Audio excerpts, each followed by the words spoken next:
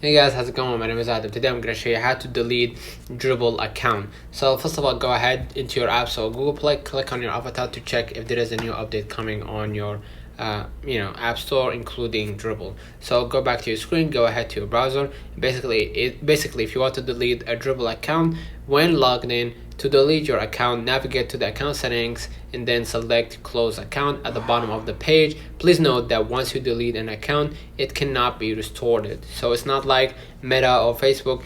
You can just deactivate it for 30 days and then they will be and then it will be deleted. No, once you delete it, you will delete it permanently. And basically, if you want to close a team owner account, all team accounts must have at least one team owner. If you wish to delete your account but you are the only owner of the dribbble team, you will need to either assign a new team owner first or delete the team account by following the steps below.